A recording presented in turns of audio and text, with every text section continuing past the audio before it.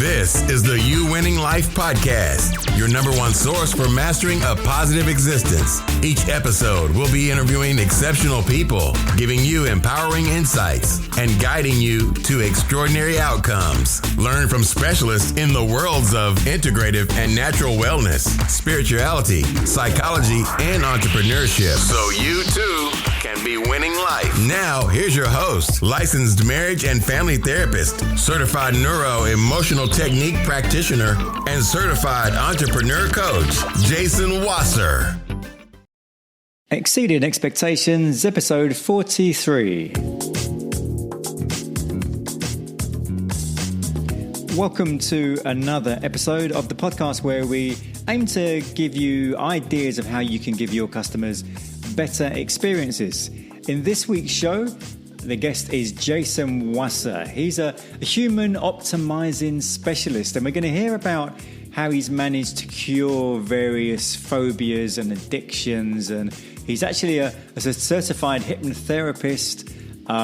He's a Neuro Emotional Technique practitioner and also a licensed marriage and family therapist. And we're going to hear quite a few stories from Jason and some of the things that he's done for some of the patients he's been working with. If you've heard this podcast before, or if you enjoy this episode, please do think about leaving us a review on iTunes or one of the other platforms. And why not share it with some of your friends? Share it via Facebook and Twitter and all of the other social platforms. And that will help get the podcast to more people. Right now, it is time for this week's episode. And here's Jason.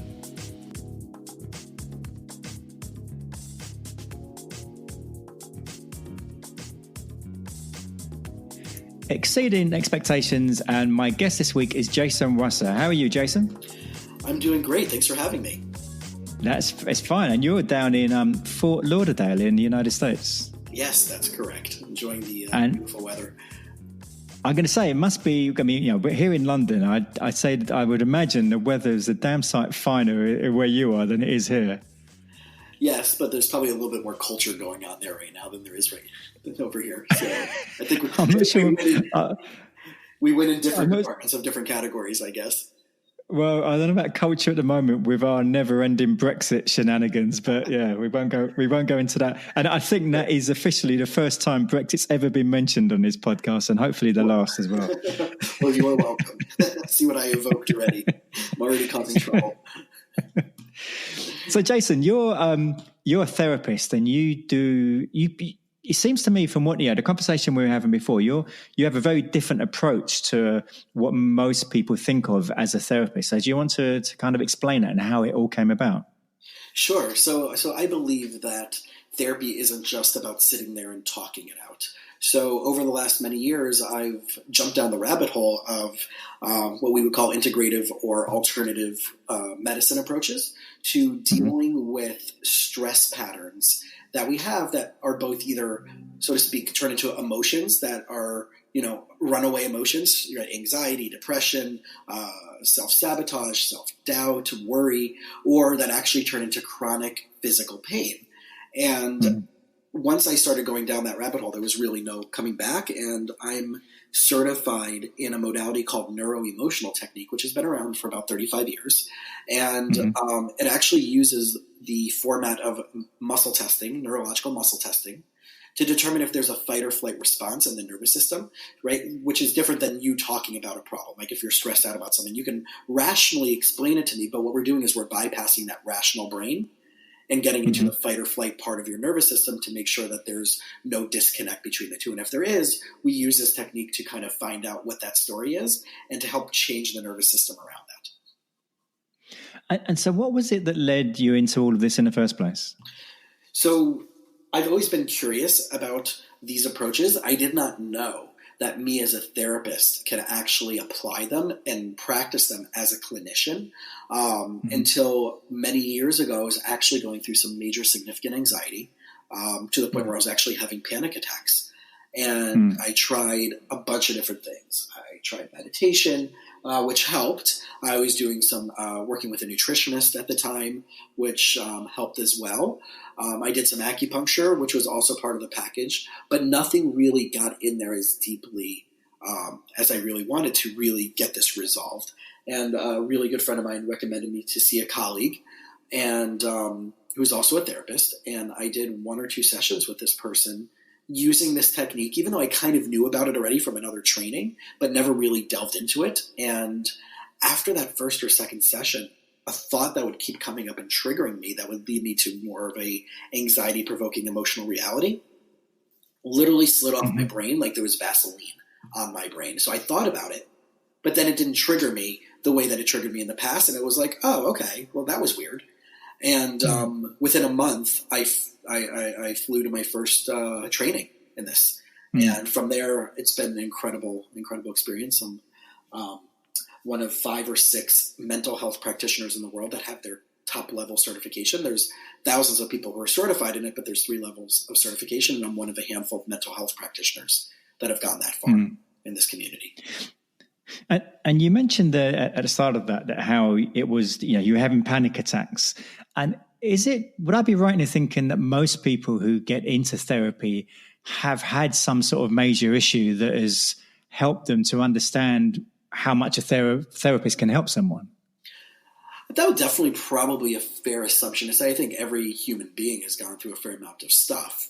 On the macro sense of everything, whether it's a therapist or just a mere mortal, the average human being, is that what's the level of self-awareness that you have, right? Are you willing to take accountability and responsibility and ownership of what you're going through, and then find the right resources to help resolve that? And that's one of the things I do as a therapist. Yeah, I've had some significant life traumas. I didn't realize until later on how significant they might have been. My parents went through a really, really, really awful divorce. I went through a lot of trauma with that, not realizing how traumatic it was until I was a young adult. And I think I can definitely bring some unique perspectives to my clients, whether it's my couples or my teenagers or young adults that I'm working through that may have gone through some type of family dynamic, whether it's divorce or some other type of trauma. But I don't think that also limits me to not being good in other areas, but it's definitely something I would say maybe I enjoy working with a little bit more. And so when someone first comes to you and they start opening up about whatever the issue is that they have, how is it that you're able to decide straight away what is going to be the best form to react to whatever it is that they're saying? Whether it's going to be, this is going to be, I'm going to need some hypnotherapy here, or I'm going to need the Neuro Emotional Technique. How is it that you go about deciding that? That's a really amazing question. So I think right off the bat, when someone comes in, I really need to decipher what it is that they wanted to accomplish. Because there's a difference between talking about a problem and being saturated in a problem and focusing on what would life be like if that problem no longer existed. And there are many therapists out there that would focus and go through a whole life story and take 5-10 sessions to just get through all the data, all the life story, all the traumas and all of that. And for me, I'm more focused on where would you want to be if this was no longer a concern for you. I'm not necessarily focusing on what I need to do yet, what modality would be the best fit. I just want to know what they think their life could look like if that didn't exist. From there, it could be a variation. And I always really do a variation with my clients. It's a mixture of therapy, coaching, consulting, and this integrative approach of alternative medicine. Sometimes I might refer them out to see a colleague of mine. If I feel like it's coming from a biochemistry perspective, and I'll send them to someone who does functional medicine and functional nutrition to kind of get their hormones and their biochemistry back in balance, and then say, okay, do that for a month and then come back to me. So sometimes I'll be the quarterback, right, and kind of strategically place them where I think the best actions to be. And sometimes it's going to be a little bit more proactive, where we're going to come up with a game plan where we can create what I call a lifestyle by design, where they have the 5 highest priorities in their life and action plans around that, and decipher what they want in their life versus what they don't want in their life. But for me, as a integrative practitioner who focuses on the mind-body, I don't think I can let go or forget that there is a nervous system response, and I typically will integrate NET with anything that I'm doing anyway. And is it ever a case of, I imagine that most people, well, maybe I'm just speaking for myself, but a lot of people wouldn't have much knowledge of really what hypnotism is involved in that. And so therefore there might be a fear about that, or because they've seen hypnotists on TV shows, doing these crazy stuff. So is it ever a case of you suggest something like that and people are very reluctant or very fearful even of having something like that? Well, I think that would apply to anything that might cause more change in their life than they're comfortable with. And I think that's why most people stay stuck in the first place, because the outcome of change leads to a life that will be completely, possibly inconsistent with the life they're living now. And that's really scary. So whether it's hypnosis, and just for the listeners, and this also depends on where one lives and the country that one lives, there's a very big difference between someone who's a hypnotist and someone who's a licensed or certified hypnotherapist. So in Florida, in America, you have to be a licensed medical professional in order to practice hypnotherapy. And if you're not, otherwise you're doing hypnosis, or you're a hypnotist. And there's a difference between clinical hypnosis and what I would dare say is recreational or even stage hypnosis. So just because someone sees someone in a suggestive experience in a show or a movie, that's not what I would consider clinical hypnotherapy. The first thing to know is that you're completely in control at any point in time. You can stop the experience at any point in time. There's no ability that any hypnotherapist should have or could have to control you or make you do something that's out of your safety or out of your ethical or moral boundaries. You'll be aware of what's going on. But I think taking it to any modality that someone either isn't familiar with, or that even that a close friend or family member hasn't gone through, that they trust their suggestion, will make it a little bit more difficult to buy in, unless they're just so experimental that they're like, oh, I'll try anything that works. And there are people out there that do that, but I can imagine that if they haven't heard about Neuro Emotional Technique and they just see it on my website, maybe they watch some of the videos. There's a documentary on Amazon Prime or iTunes called Stressed, which is about Neuro Emotional Technique and the clinical research they're doing on it for PTSD, post-traumatic stress. So I really try to give as much data as possible and say, listen, I don't think you're ready yet to come in. Watch this, read this, let me answer any of your questions, and then we'll schedule you something. So I really do want to make the person as comfortable as possible and not let them feel like I'm going to overpower or manipulate the situation, because then, the therapeutic trust doesn't really go so far and they won't get what they want out of the process. Before we started recording, you talked about how you've been able to have some real life-changing results with some of your patients. Would you like to talk about that? I was at a conference with giving a presentation on this to my local family therapist, and one of my colleagues had a massive lifelong snake phobia, to the point where when she was even describing the phobia and talking about snakes, she actually started shaking. And so I gave that as a demo in front of the group of people, and by the end of the 15 minutes, her thinking about it no longer was triggered. And she emailed me later that night saying that she's been on YouTube for the last hour watching videos about snakes and researching them and all the different types of snakes, which was like blowing her mind.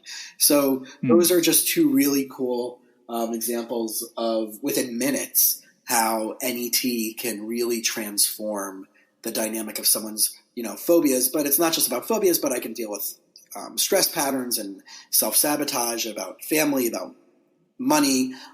One of the areas that I love working with is something that I call emotional allergies. And that's really how you perceive something else, such as a family member or a loved one or someone you're in a relationship with. And they don't even need to be there for us to evoke what your nervous system goes into when you're interacting with them. And I use that to help make, any of the relationships of the clients that I'm working with better, whether it's about a person, whether it's about money, to help them get more of what they want instead of going into a fight or flight triggered response. So are you saying then that therefore someone might be having some kind of a marital dispute and only one of them attends, and you can improve the situation just by speaking with one and without speaking with both of them? Absolutely. And obviously there has to be ownership on both sides. And, it really, again, depends on the circumstances. But let's say someone definitely carries way more of a stress pattern or an anxiety pattern, or there's something that's going on in their world. as much as the interrelational dynamics can affect where the other person can up their game in being supporting or being more involved in their love languages and tapping into that a little bit more. But if someone's coming in and they're looking at a scenario or they're experiencing a scenario and unconsciously their brain is filtering it to something that reminds them that of an old trauma or an old anxiety-provoking experience, and they have no awareness of it, they're going to go back into that physiological nervous system response, and that's going to play out in that dynamic between the two of them.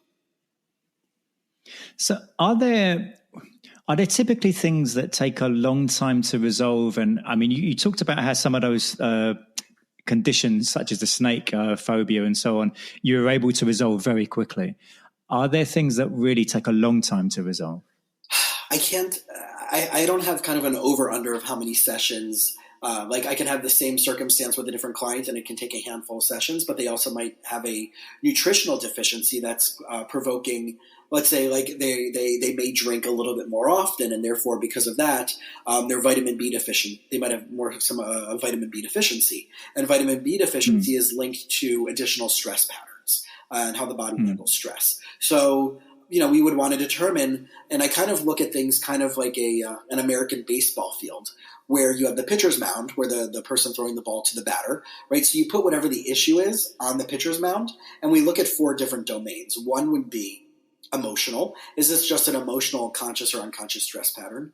Second base would be nutritional deficiency. Is there anything that the person is going through that either organically is causing a nutritional deficiency, or that they're just in need of a certain food substance or a nutritional substance that will help amplify their body's processing of stress? And then third base would be toxicities. There's stuff that they're environmentally being exposed to, such as a toxin, a food chemical, a cleaning supply like ammonia that they've been brought, that's been brought into their body, that's also messing with their biochemistry. And the last thing would be structural, would be the chiropractic body or physical therapy body-oriented technique, which is what I would refer out to a colleague to do the adjustment, so to speak. But that adjustment or that physical component can be held in place by any of those other 3 bases, such as the emotion, the lack of nutrition, or the toxicity. So I'm really assessing for all 4 of those areas and making the appropriate referrals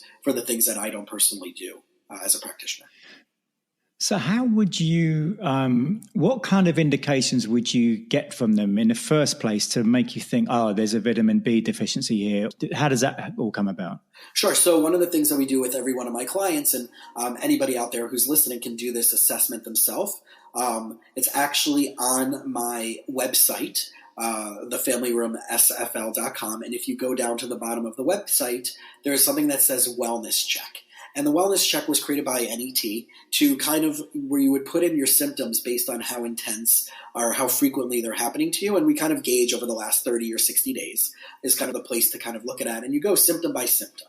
And what that does is that translates those physical or emotional symptoms into a 5-element or Chinese medicine philosophical lens.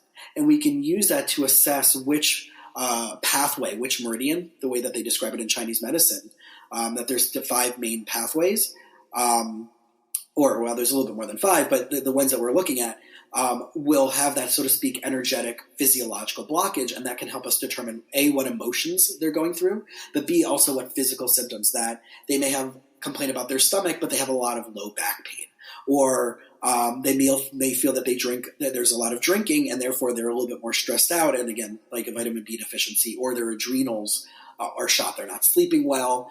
They're walking around with just exhaustion. They're unable to concentrate. They're moody. I would automatically look for something going on in their adrenals.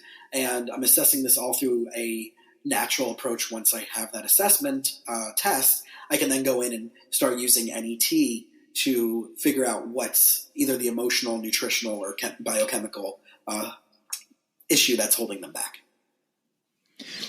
And by taking this approach, I mean, it sounds so different to anything I've heard before. So I imagine, therefore, there's going to be people who have come to you that have been going to see their doctor for years and have made no headway with whatever it is that the issue they have.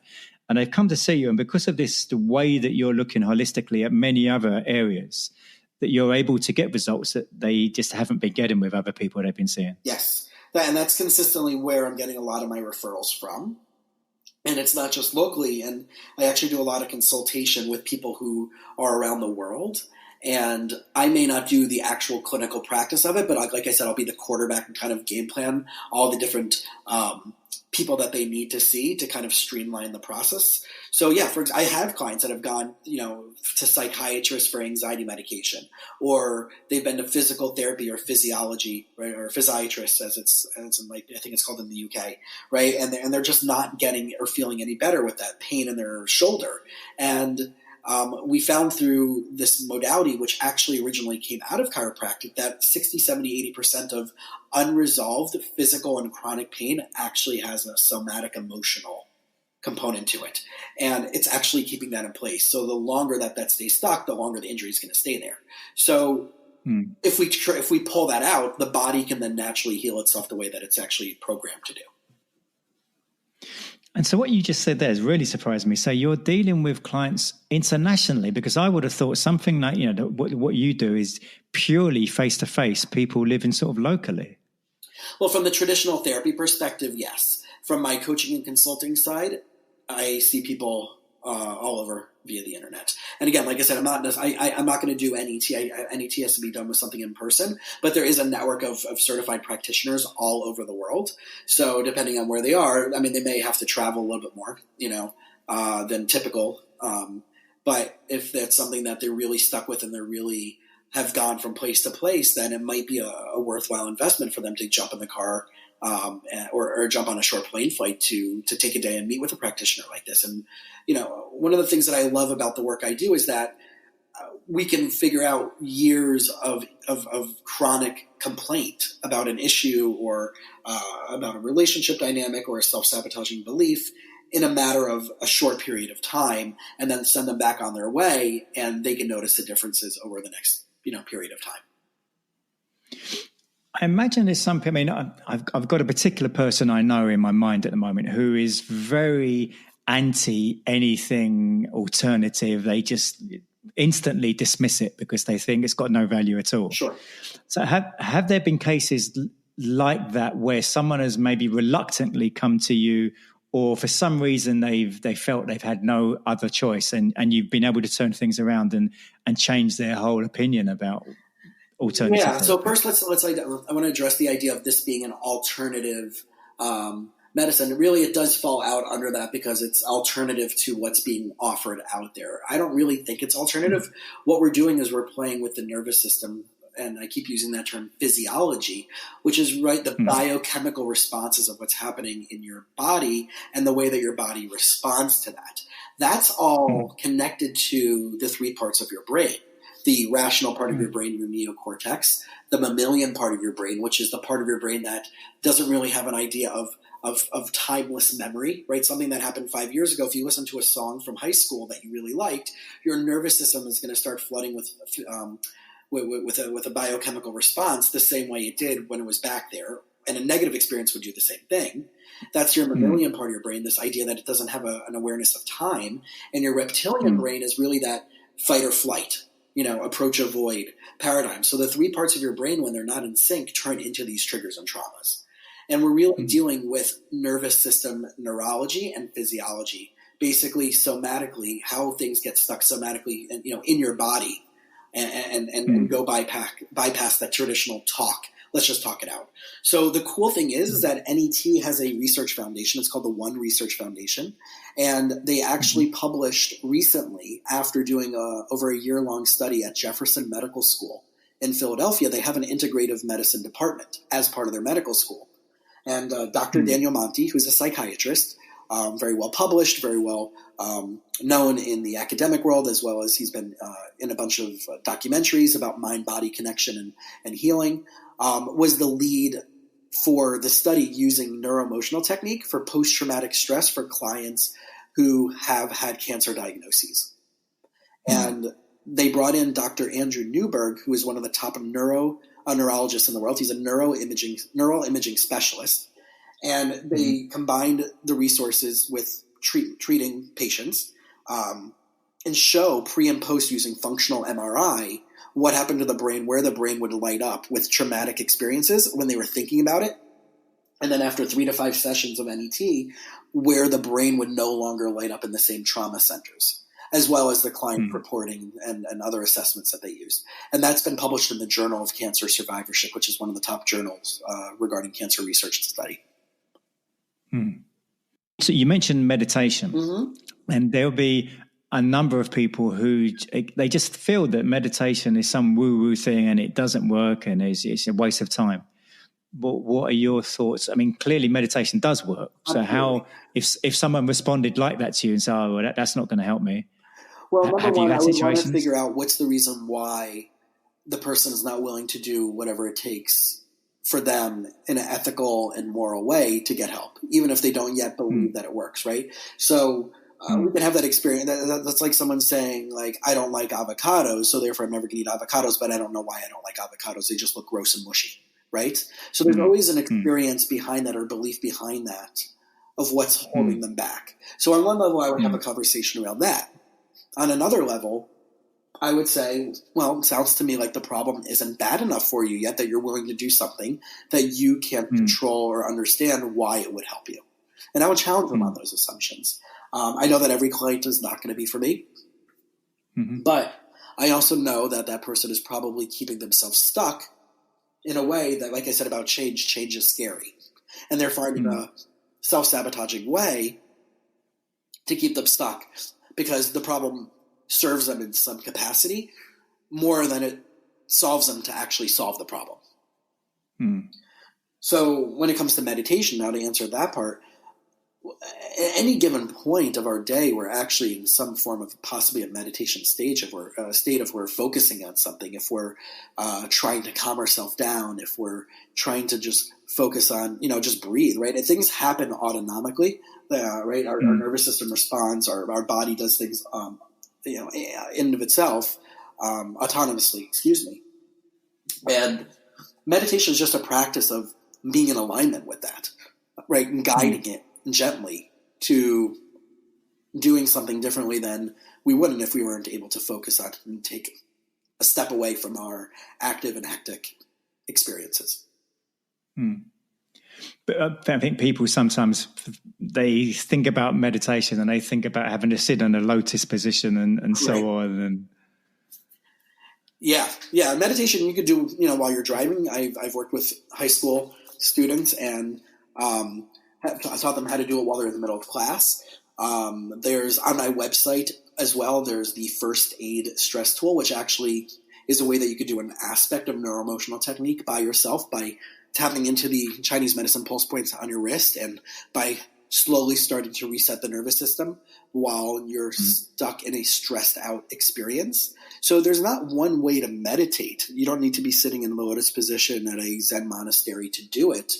The idea of breathing alone, majority of people just don't breathe right. And that affects the whole entire nervous system. And if you're not getting enough oxygen, your brain's not working right. And if your brain's not working right, how are you going to focus and concentrate and do the daily activities that you need to do? And therefore, you're automatically putting yourself into a fight or flight response. So we can look at meditation as this hippy-dippy woo-woo thing, or we can look at meditation as a necessity in order to jumpstart your nervous system and your breathing so you can actually function optimally.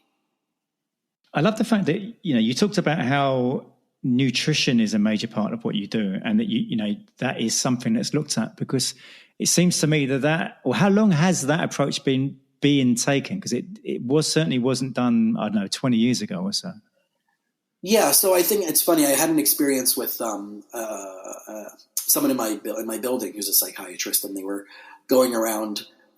They knocked on my door and they're like, "Oh, I bought these extra sodas. Would you like them for my practice?" And I know this person well enough to be blunt with them, and I used a curse word in my explanation. And I basically said, I'm not going to say the word right now, but I basically said, like, there's no effing way that that's going to end up in my office. And they looked at me stunned.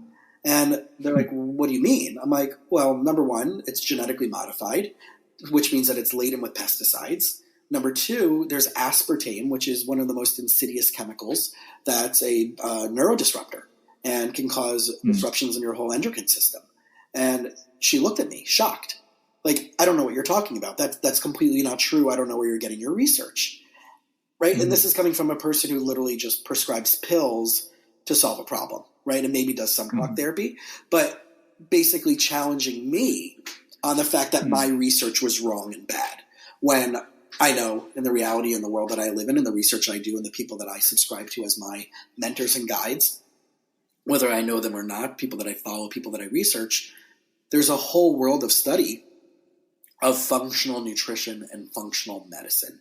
And what they do is that instead of necessarily using medication, they use food and nutritional supplements to get to the core of the issue, as opposed to just treating the symptoms. And that's also my approach as a therapist and a coach. I'm not worried about the symptoms. The symptoms are an outcome of something that's going on in your core beliefs, in your core expectations, or your core attempts to solve a problem. My job is to figure out what's the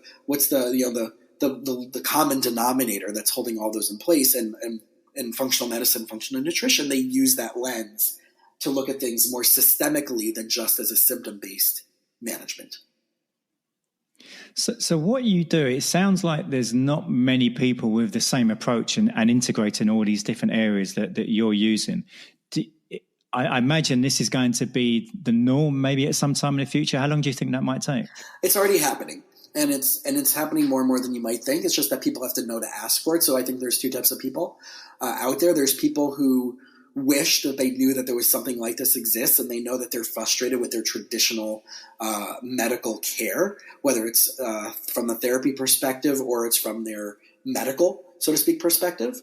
And I think there's people that are already experimenting and going out of the box, and they don't know that this world of integrative or complementary integrative medicine exists, and they maybe have delved into it or tried it with one person, but they didn't know there was all these other modalities out there because they didn't go farther down the rabbit hole. And then I think there's people who are maybe laymen of it. They're actually practicing it in their own day-to-day life, where they're they're finding out what's the best nutritional diet for them to be on based on symptoms, and maybe they are working with a supportive practitioner.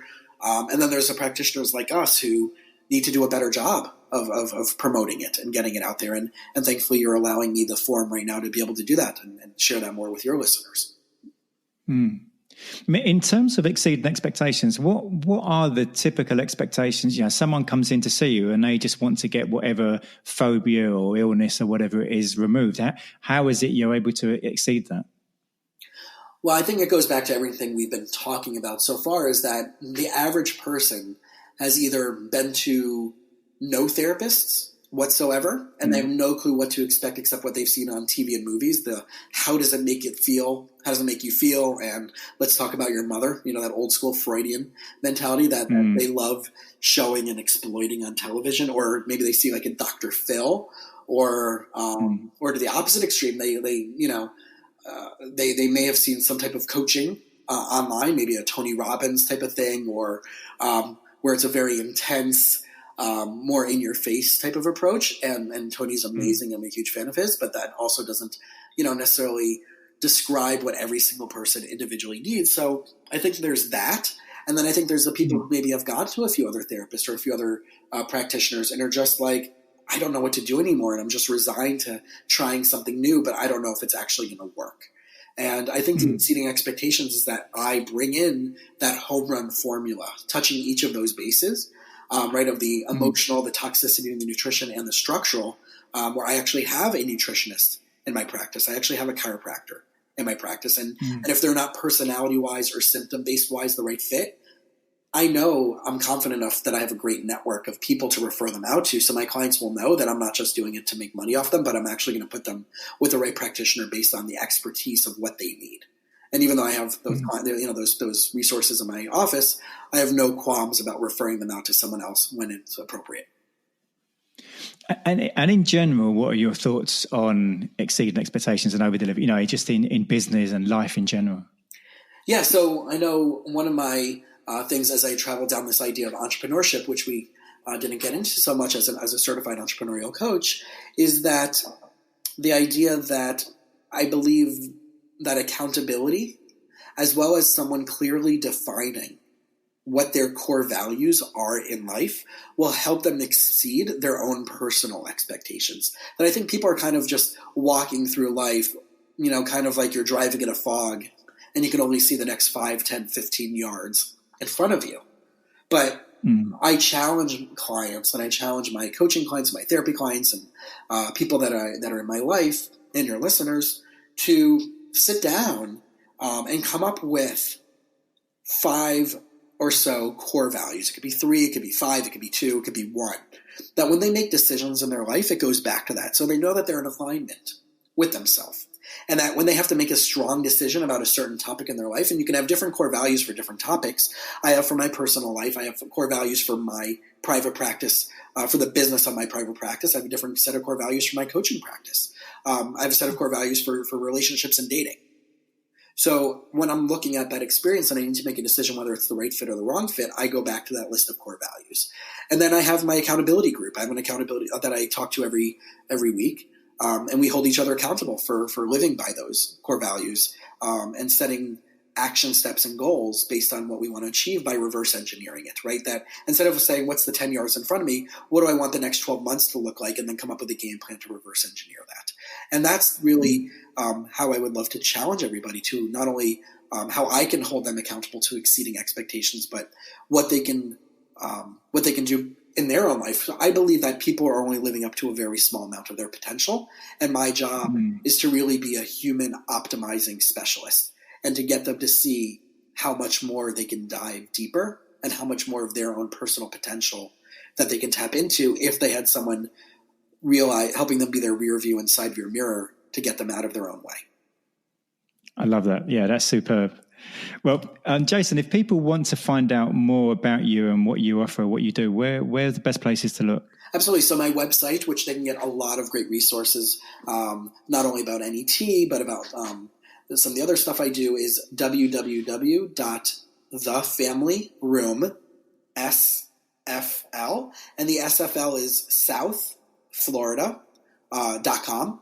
And on Instagram, I can be followed Jason Wasser, WASSER, LMFT, which is Licensed Marriage and Family Therapist. All is one word.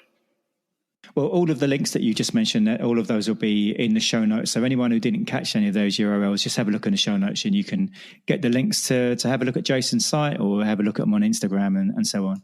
Jason, the information you supplied has been superb. I've loved it. It's been really interesting. Thank you. And I'd like to make a special gift to your listeners is that if they'd like to send me an email through the website or through instant messenger or DM on Instagram, and they want help crafting their core values, they can reach out to me and I will send them a worksheet that I use with all my coaching clients, and I will actually walk them through the exact steps of what I do with my clients in order for them to create core values in their life.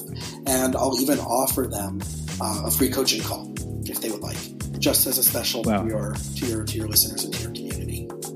No matter what. Wow, that is fantastic. That's very generous. Well, thank you, Jason. I'm sure some people will be taking you up on that. So, well, best of luck, Jason, for the future, and as you take over the world with your amazing services that you're offering people. Thanks so much. I really appreciate spending time with you.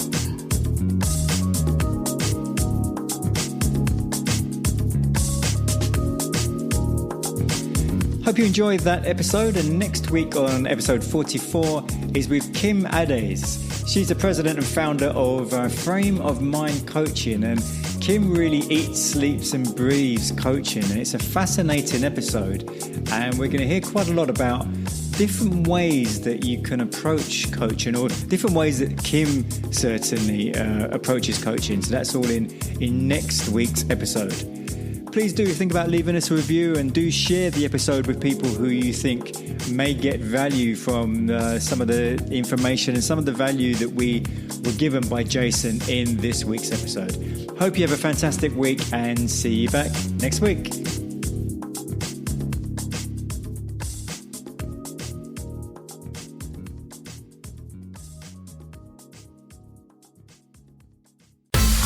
This is the You Winning Life Podcast, your number one source for mastering a positive existence. Each episode will be interviewing exceptional people, giving you empowering insights, and guiding you to extraordinary outcomes. Learn from specialists in the worlds of integrative and natural wellness, spirituality, psychology, and entrepreneurship, so you too can be winning life. Now, here's your host, licensed marriage and family therapist, certified Neuro Emotional Technique practitioner, and certified entrepreneur coach, Jason Wasser.